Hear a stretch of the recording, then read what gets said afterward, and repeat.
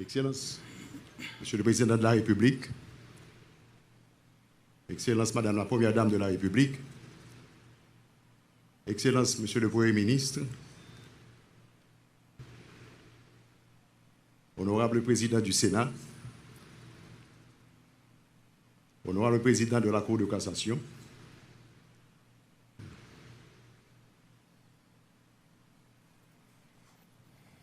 Mesdames et Messieurs les membres du gouvernement de la République, distingués invités du corps diplomatique,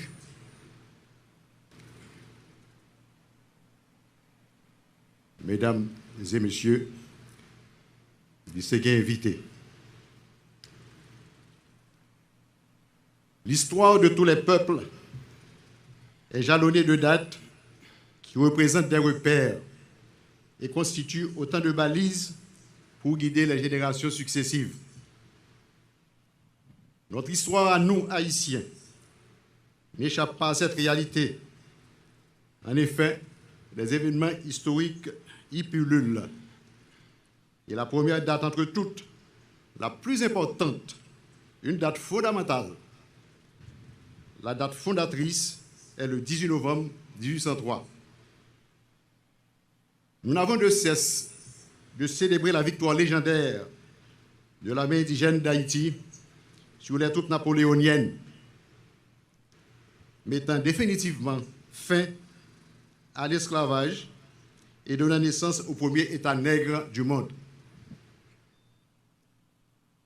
La révolte triomphante de ces masses d'esclaves sous la férule du génial commandant-en-chef, général Jean-Jacques Dessalines, a mis fin à plus de 2 siècles d'oppression de la part des Européens et imposé la justice sur Haïti, Quisqueya, Boyo. Des historiens, des analystes et pas des moindres proclament avec raison que l'épopée de 1803 est la seule vraie révolution humaniste de l'histoire universelle. Pour la première fois, les droits de l'homme ont été défendus avec détermination et vigueur, et ce, dans tous leurs aspects, traçant ainsi la route à toutes les manifestations qui ont suivi jusqu'à cette date et qui suivront encore. C'est peut-être ça. 18 novembre, c'est une date extraordinaire, non seulement pour nous tous Haïtiens, mais pour toute l'humanité. Pendant qu'on a réfléchi sur l'importance de date ça dans la vie, nous ne pouvons pas empêcher, nous, comme Haïtiens conséquents, gagnent pile reconnaissance pour gros potorique garçon ça, qui est Jean-Jacques Dessalines, à toute l'armée qui t'a commandé. Oui, en tant que citoyen haïtien, l'État bon pour nous regarder figine dans la glace et puis demander tête nous, qui ça nous fait avec héritage Dessalines? Qui ça nous fait avec rêve général Dessalines te gain pour pays ça? Rêve général Dessalines, c'était un rêve grenègue, un rêve garçon canson, un rêve grandiose, rêve un grenègue qui te gain sensible pour ça qui puis faire bio. Rêve d'un chef qui te voulait payer le bel, fort, riche. Nous-mêmes, soldats de l'armée d'Haïti, nous avons obligation pour nous montrer nous conséquents, dignes du très grand général Dessalines. Comment? Eh bien, il faut que nous discipliner, respecter le règlement de l'armée, respecter les supérieurs hiérarchiques nous. Il faut que nous disponibles 24 sur 24 pour nous répondre présent chaque fois que le pays a besoin de nous.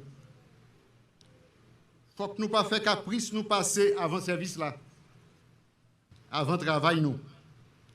Si vous faites comme ça, c'est trahi ou trahi, c'est moi qui fait devant la nation. Si engagement vous prend, que vous ne pas respecter. Et là, ça, ni la mer, ni le peuple, pas qu'à compter sur vous encore. Là, ça, n'a pas obligé de dire au revoir. Job Pam, des fois Pam, comme commandant-chef, c'est fait tout ça me connaît, tout ça me capable, pour nous bien conduire mission nous. pour nous bien former, bien entraîner, pour nous répondre à la mission nous, qui se défendre le pays. Toujours été collé à peuple, toujours été dans le service peuple. Même j'en ai toujours fait dans Port-au-Prince, même j'en ai fait dans Montbécochu, Vallière, même j'en ai fait le Marion, et même j'en ai fait actuellement sur route Port-de-Paix dans le nord-ouest. Mais dans Vertier, pas de fait bac, pas de séparation. C'était marché côte à côte. Malgré mauvais temps, malgré boulette qui t'a tombé sous la pluie. C'était poussé pour puis devant jusqu'à la victoire finale. Dans l'esprit Vertier, nous avons respecté serment nous. Nous avons respecté l'engagement pour nous travailler avec le peuple haïtien, pour le peuple haïtien. Dans l'esprit Vertier, nous avons souhaité une autre bonne fête.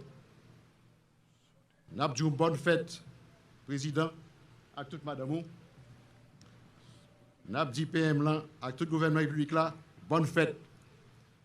Nous avons dit tout haïtien, à la honte badé, bonne fête. Merci.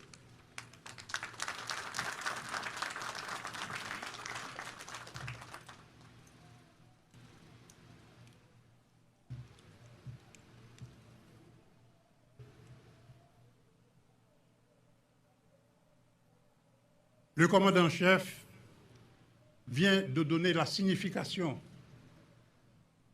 de la bataille de Vertières et de la révolution haïtienne en particulier, qu'il croit être la révolution la plus humaine, la révolution la plus humaniste de l'histoire.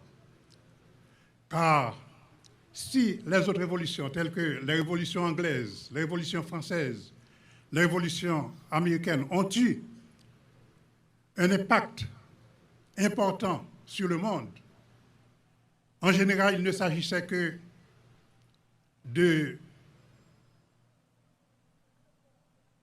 essayer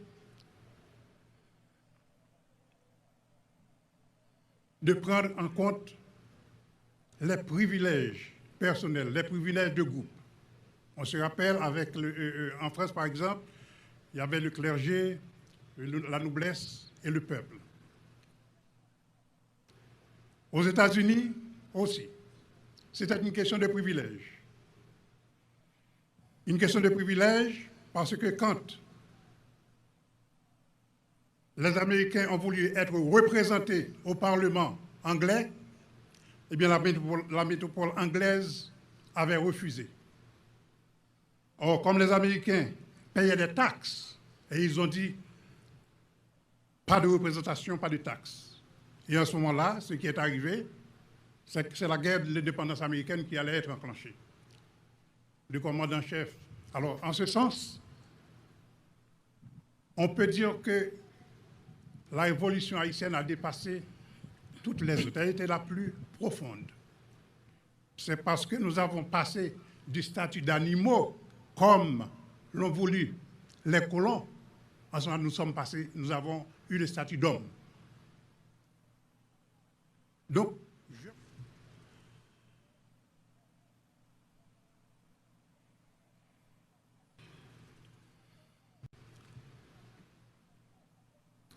Excellences, Monsieur le Président de la République, Madame la Première Dame, Monsieur le Premier ministre, Monsieur le Président du Sénat de la République, Mesdames et Messieurs les membres du cabinet ministériel, Mesdames et Messieurs, 217 années se sont écoulées depuis la grande bataille de Vertières. Au haut du cap, des femmes et des hommes ne voulant plus vivre dans l'enfer de l'esclavage ont vaillamment bravé la plus grosse machine militaire de l'époque, l'armée française, d'une France alors puissante colonisatrice, pour la porter à une défaite historique. Ces braves soldats avaient juré par tous les dieux de vivre libre ou de mourir. Leur épopée légendaire a conduit à l'indépendance du nouvel État, notre pays Haïti. Le 18 novembre de chaque année, nous commémorons avec fierté la bataille de Vertières, en même temps que nous célébrons le jour de l'armée d'Haïti. Appelée à l'époque armée indigène ou encore l'armée des va-nu-pieds, elle était constituée d'anciens et de nouveaux libres, tous animés d'une volonté inébranlable de faire échec au plus atroce des systèmes socio-économiques et politiques que l'esprit humain n'ait jamais conçu, le système esclavagiste, la barbarie absolue. Dirigé par l'intrépide et farouche Jean-Jacques Dessalines, l'armée indigène se préparait à libérer Vertières des troupes françaises. Le 18 novembre 1803, l'ultime bataille, dont l'aboutissement spectaculaire et sanglant marquera la pire défaite de l'armée française, l'une des plus grandes armées du monde à l'époque. Cette mémorable victoire voit la consécration de l'armée indigène et l'apogée d'une lutte séculaire qui aboutit à l'indépendance d'Haïti. L'armée indigène a remporté cette bataille non pas parce qu'elle était la mieux préparée ou la mieux équipée, mais parce qu'elle luttait pour une cause de loin supérieure et plus importante que les intérêts particuliers de chaque soldat pris individuellement, voire collectivement, la liberté pour laquelle ils étaient prêts à mourir, d'où leur slogan « Vivre libre ou mourir ». Ce slogan a des racines profondes.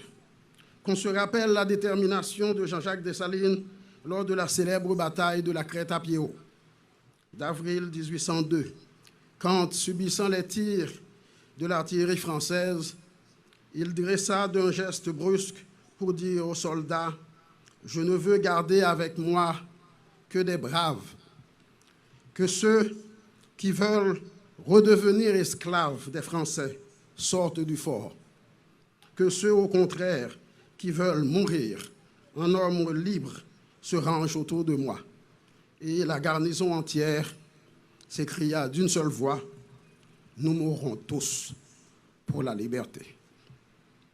Ce n'est donc point une élucubration littéraire que d'admettre qu'Haïti est une terre de liberté, plutôt mourir que de vivre dans les chaînes.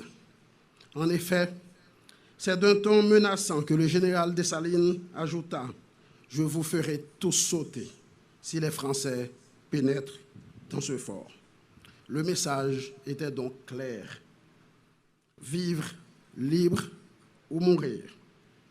C'est ce sentiment d'abnégation complète, ce don de la vie au détriment d'une noble cause qui donnait à nos ancêtres l'énergie nécessaire pour accomplir ce que l'historien Michel Rolf Trouillot appelle l'impensable révolution. La marche vers la révolution était alors irréversible. Un demi-million d'esclaves importés d'Afrique dans des conditions atroces se révoltent contre leurs maîtres. Ils combattent pendant 13 ans pour défaire l'armée expéditionnaire de Napoléon Bonaparte et créer leur propre État, indépendant et libre. À Vertières, le 18 novembre 1803, cette lutte pour la liberté et l'indépendance a seulement atteint son paroxysme. Il convient toutefois de souligner la dimension universelle de la bataille de Vertières, car à travers cette éclatante victoire, nos aïeux ont étendu à l'humanité le concept de liberté dans toute son acception. Point donc n'est besoin de relater l'importance historique de l'exploit de Vertières pour l'humanité tout entière. Il s'agit d'un renversement total de situation, de la démystification des rapports historiques faits de préjugés, d'inégalités, d'exploitation, de soumission, d'aliénation et que sais-je encore. La Révolution américaine de 1776 et la Révolution française de 1789 ont proclamé le principe des droits de l'homme. C'est la Révolution haïtienne, la nôtre, née de la seule révolte d'esclaves victorieuse dans l'histoire universelle, qui a posé les jalons du monde libre en devenant le socle du processus irréversible de transformation des sociétés et qui a consacré les droits de l'homme universels, celui de tous les hommes, quelle que soit la couleur de leur peau, quelle que soit leur ethnie, quelle que soit leur religion. Du sacrifice héroïque des combattants de la liberté, tels que ceux et celles de Toussaint Louverture, Jean-Jacques Dessalines, Henri Christophe, Alexandre Pétion, François Capois, Sanit Belair, Catherine Flon, est né notre pays, la République d'Haïti. L'armée indigène est donc l'institution qui a porté sur les fonds baptismaux cette patrie que nous chérissons tous et toutes, mais que par nos égos surdimensionnés, nous créons des situations de crise permanentes qui affectent le bon fonctionnement de toutes ces institutions républicaines que nous ont léguées nos ancêtres. Aujourd'hui, que nous sommes en train de remobiliser l'armée, que nous l'avons, que le président de la République a remobilisé l'armée, notre devoir est de reconstruire cette armée, c'est-à-dire de mettre en place les fondations d'une nation intégrée. C'est un grand honneur pour moi et un immense privilège pour le ministère de la Défense de célébrer ce jour. C'est avec un cœur rempli de joie que j'assiste au défilé de nos fiers soldats marchant sur les traces de nos ancêtres. Qu'il est doux de se rappeler ce que firent les pères fondateurs pour nous permettre de jouir aujourd'hui les délices de la liberté, mais qu'il est amer de constater aussi ce que nous en avons fait.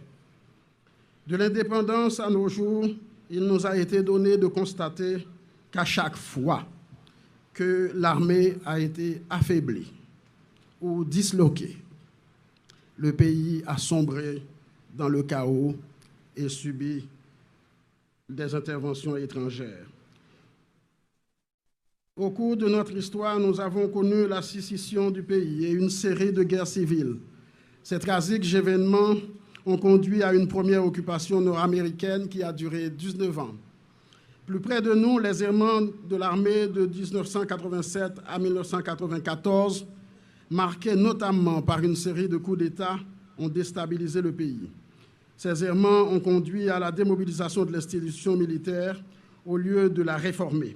Ce fut une décision lourde de conséquences, car le vide laissé par l'armée ne pouvait être véritablement comblé, tandis que les conflits politiques et les problèmes de société s'accumulaient. Par nos basses œuvres, nous avons créé et entretenu une instabilité politique chronique qui a sapé les fondements de notre pays.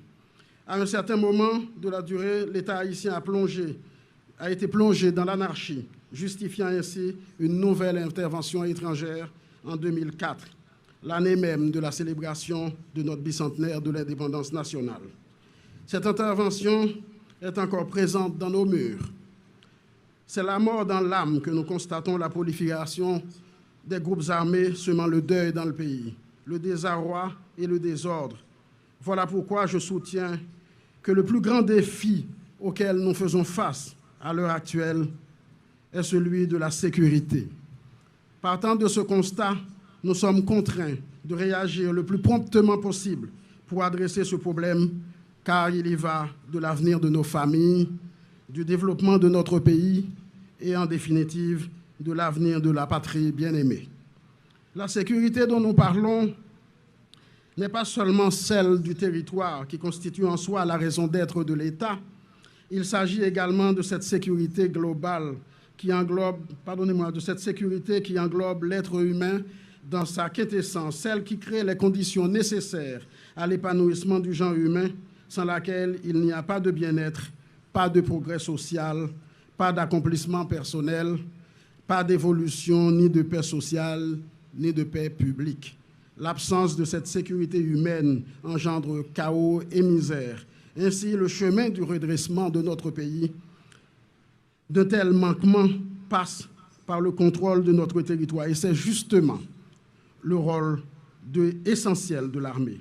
Sécuriser le territoire, assurer la défense nationale. Cela se réalise à travers des compagnies appropriées, l'infanterie, la marine, l'aviation, les services techniques et notamment les communications. Bien entendu, l'intelligence et le renseignement sont aussi deux instruments majeurs de protection du territoire contre toutes sortes de crimes transnationaux, notamment le trafic de drogue, d'armes, le trafic de personnes, la contrebande, le blanchiment des capitaux et autres activités illégales mettant en péril la stabilité du pays. Cette journée, mesdames et messieurs, de célébration de la bataille de Vertières nous place, encore une fois, devant ce que j'appelle une véritable sommation de l'histoire. Nous sommes appelés à la tâche de reconstruction de notre armée. Nous devons l'équiper en effectifs, en matériel nécessaire afin qu'elle puisse accomplir sa mission. Remettez l'armée sous des pieds militaires, pas un petit bagaille petit. C'est un gros travail qui demande implication nous toutes et nous chaque dans le niveau par nous. Il y a un pile pas qui est en fait dans ce sens-là. Nous commençons à construire base militaire dans quelques côtés dans le pays. Nous commençons à faire recrutement dans tout le pays pour soldats, femmes ou garçons qui pourraient rentrer dans l'armée. Base à construire, c'est pour ça, c'est pour recevoir nouveaux soldats. Dans un temps qui n'est pas trop loin, nous avons commencé la formation en classe officier cadet. L'objectif, nous, c'est d'arriver à gagner l'armée qui gagne la donne. Jean-Président et Mandeli ont à peu près 5000 militaires avant fin année 2022. Jean-Président Jovenel Moïse toujours dit, c'est travail, l'icône travail, et c'est construire, l'icône construit. C'est pour ça, les remobiliser l'armée pour le capable de pays, j'arrête. Décret 9 octobre 2015 sur organisation et puis fonctionnement ministère de la Défense, toute provision pour les capables d'agir de manière pour les porter plus gros contribution dans mettre un climat de sécurité dans le pays. C'est peut-être ça, nous devons prendre décision pour nous mettre camper toute structure décret prévoit tant que commission permanente défense nationale, commission permanente de la défense nationale, qui gagne la donne professeur, universitaire, agronome, docteur, ingénieur, ancien militaire, ethnologue, avec un peu de l'autre compétence encore pour réfléchir sur la question de l'armée avec nous. Nous prenons disposition tout pour nous mettre sous pied service renseignement généraux avec service intelligence et puis nous commencer à ranger système communication l'armée. Prochainement, nous avons pour nous mettre camper direction défense civile, là, avec direction défense pour protéger l'environnement, direction défense de l'environnement.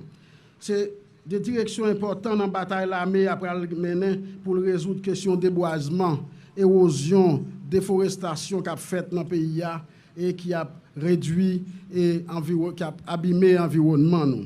Tout gros problème, c'est des gros problèmes. Force armée d'Haïti gagne, l'armée d'Haïti gagne pour lui affronter. Nous pas ménager les efforts pour nous mettre sous pied une armée professionnelle, disciplinée, qui respecte l'ordre et la hiérarchie, Jean Sadoyer. Nous avons gagné une armée défensive dans le service développement et progrès économique et social du pays. Le rôle de l'armée, c'est participer dans le développement du pays. Et puis, pour tes contributions, parler. Maintenant, mettez stabilité pour investisseurs locaux, tant que étrangers qui viennent investir pour créer travail pour les gens, comme ça, haïtiens qui suspendent à prendre malhonnête dans l'autre pays. Reconstruire notre système de défense et de sécurité est pour nous une urgence nationale.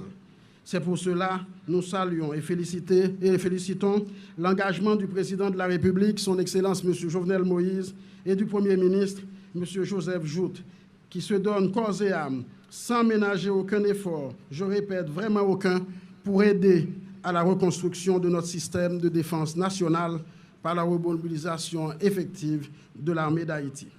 Si présentement des sceptiques ne sont pas encore convaincus du bien fondé de la remobilisation de l'armée, il n'est que d'attendre, car le temps ne tardera pas à leur désiller les yeux moi pas attaquer fini discours ça jodi sans moi pas féliciter courage avec détermination ou état-major l'armée avec tout le soldat nous voyons un gros coup de chapeau pour tout employé civil dans le ministère de la Défense tout.